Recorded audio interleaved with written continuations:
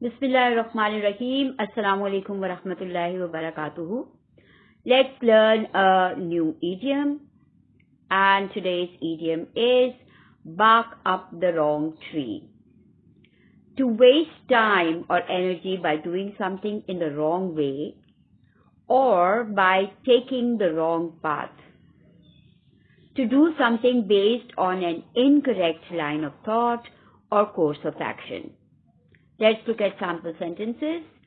Look, I can't lend you my new car, said Ali in a stern voice. You're barking up the wrong tree. We must accept the bitter fact that we have been barking up the wrong tree up till now. That's all for today. Jazakallah. Allah Hafiz.